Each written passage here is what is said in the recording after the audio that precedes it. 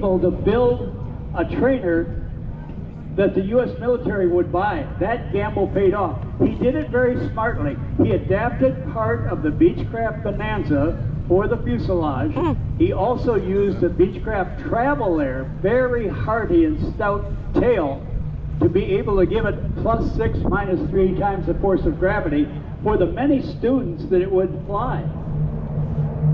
Tandem seating, tricycle gear, an American engine, very popular with civilian pilots because anybody, any technician, any A&P mechanic can work on it any part of the country. Parts are readily available. Comfortable airplane to get in and out of, and that sometimes can be a chore on some of the older airplanes. You have to really be a climber to get in and out. Oh, look at that formation. Give them a round of applause for the real. That just doesn't come overnight. That's a lot of work and expense. The warbird, you can see the various colors too. And again, that goes back to the fact that they have researched the logbooks, the squadron colors, and sometimes even who flew the airplane. Whether they were trainers or attack aircraft or fighter aircraft or bomber aircraft, the heritage of the airplane means a lot to the current steward. Now, did I say owners? If I did, that's a mistake, because they are all these owners say, no, we're just temporary stewards, and when our time is up with the airplane, I hope it goes into the hands of somebody who will continue to honor the people that gave us the freedom we have today. Throughout the course of the week, we're going to have quite a number of other aircraft in the Warbird Extravaganza. Some of the shows will be as much as 45 minutes long, sometimes an hour long. And we're going to be putting a lot of things in the sky in a coordinated fashion. Easy for you to say. Yeah, I think I did. What did I do? And again, with your site map, you can map out where the warbirds are and take a walk, stroll up there. On the right. Spend a bit of part of a day. There is food and beverage available for sale up there. It's a full day. All right, another smoker coming in from your left and your right. Oh, I love this. I love this conversion.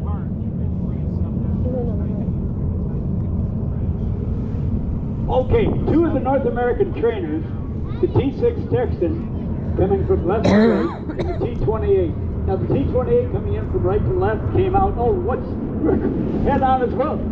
Red Stars coming in for a triple cross.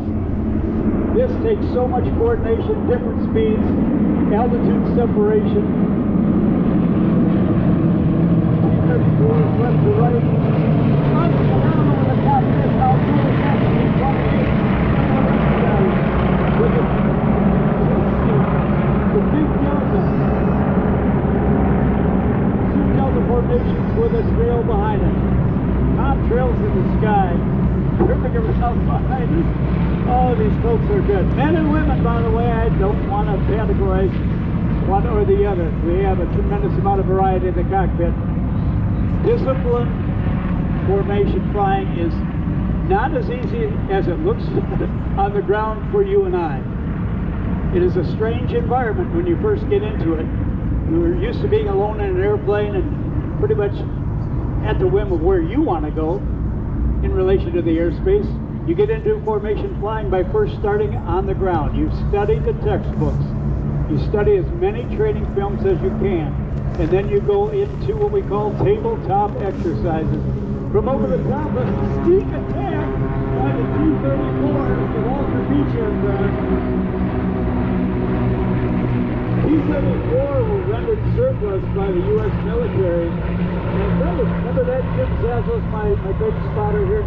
A number of guys speculated. They went up and bought 3 and 4 and 5 and 6 of these T-34s.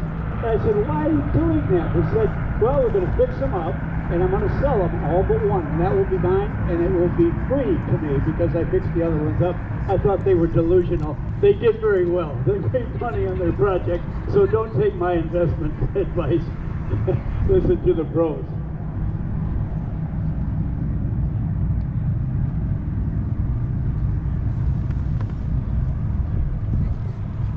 Throughout the course of the week, again, my pal Jim Zazos back with us, a best-selling author, last of the B-17 drivers, has written articles up on warbirds, has flown every warbird possible, and flown in the Oshkosh air shows. Professional airline pilot, now retired, and just came off yet another tour from coast to coast in the U.S. with his vintage Luscombe. He is a guy from the Carolinas. It's painted yellow. It's called the Carolina Canary. And he took how many months, Jim, to go east to west and back again? A month of visiting small airports and visiting friends without a glass cockpit. How do you do it? It was his 8th cross-country trip.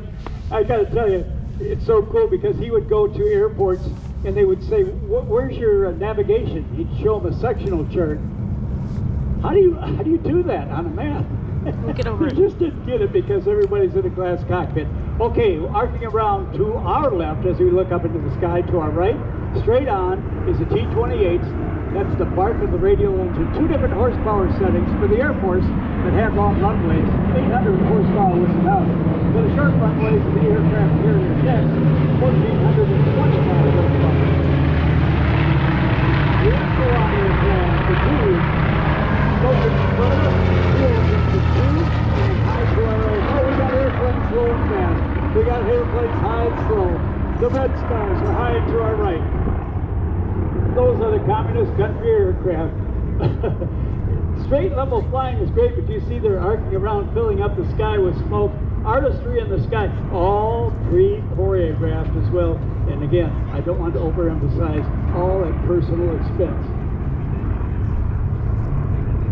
Without the organizations that I mentioned to you folks, these airplanes would have hit the scrap pile. The volunteer groups that keep them in the sky have a motto. It is simply, keep them flying.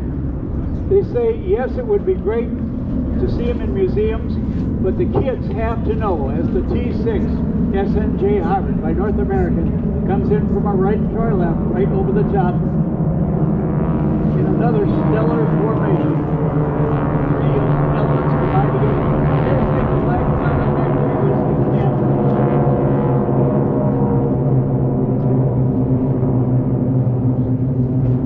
The volunteer groups take no money from the government. One example is the Commemorative Air Force, 160 flying airplanes, 10,000 volunteers that keep them in the air with fundraising, with selling rides, doing the work free of charge. And those people deserve a tremendous amount of credit.